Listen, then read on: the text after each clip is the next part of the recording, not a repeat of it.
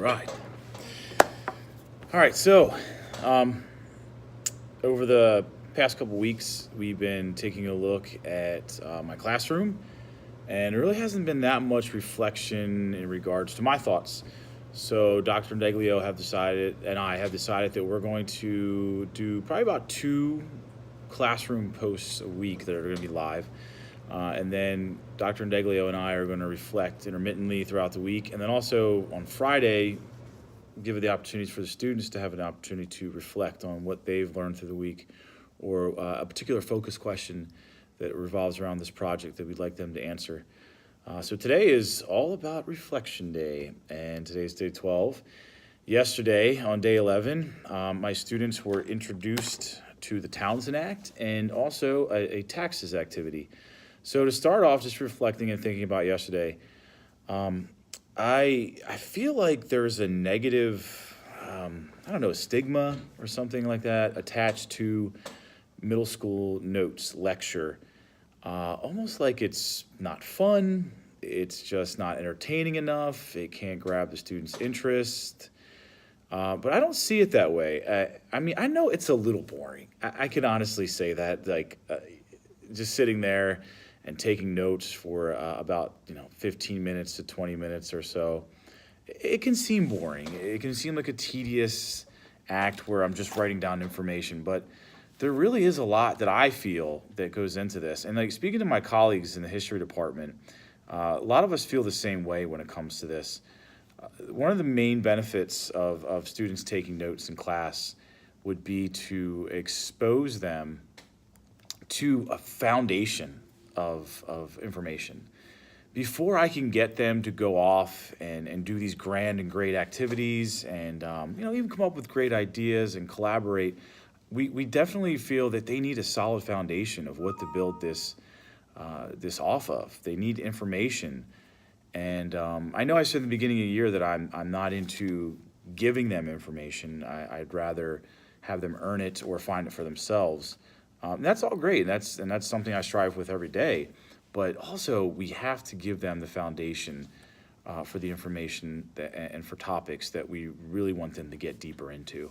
And that's what I hope I did with my activity afterwards, was the taxes activity.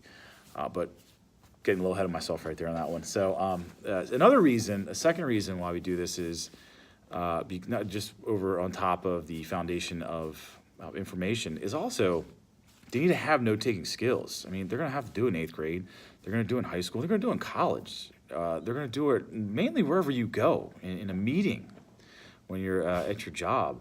So it's more teaching the students, and focusing on what you should be focusing on during a PowerPoint or a lecture, something along the line of that, where you can take information and you can summarize it, put in your own words, try to multitask where you're listening to the speaker, but you're also writing down what they're saying or what's on the board. And on top of that, you're processing it. And I think that's very difficult for a middle school student to multitask like that. Some can do it, and some can be successful, but others, it's one of the three. It's more or less, I'm just going to write this down. I don't have time to process this, and so on. So definitely, it's something that I see as a skill to help them build in the various areas, to help them throughout the process, so they do build upon that. Instead of just having one of those skills be constant, you can build upon the other two skills as well, if they include that in there. Another reason why we do it is because some students, they love to hear these PowerPoints. They love to hear the lectures. That's their multiple intelligence strength. They like to listen. They're auditory learners. So for us to give them an opportunity to have that and to experience that is something that's important to us as well. And like I said, sometimes it's boring to some students. Others, it's exciting. I myself try to make the lesson process of giving notes, I try to make it as engaging as possible. I tell stories. I'll try to relate the information to them so that they have a good, solid understanding of it that way. It's just another way to build up the experience. There are other ways to do this as well. You can use Adobe Spark Page. You can use Adobe Spark Presentations. Just ways that I could spice up my PowerPoints a little bit more, I think, too.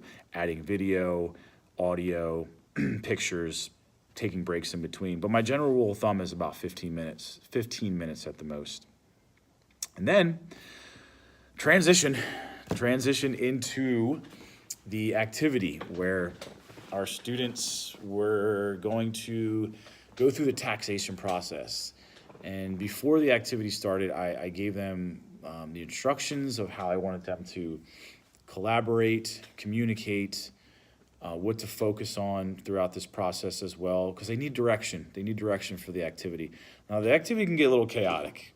Some of my other periods throughout the day, it did not run as smooth as the period that I broadcast it from. A lot of excitement, a lot of students talking over each other, talking over me. So it's a bit of a difficult area when it comes to classroom management. And sometimes I'm on it, and I run it very well, and I feel like it works out.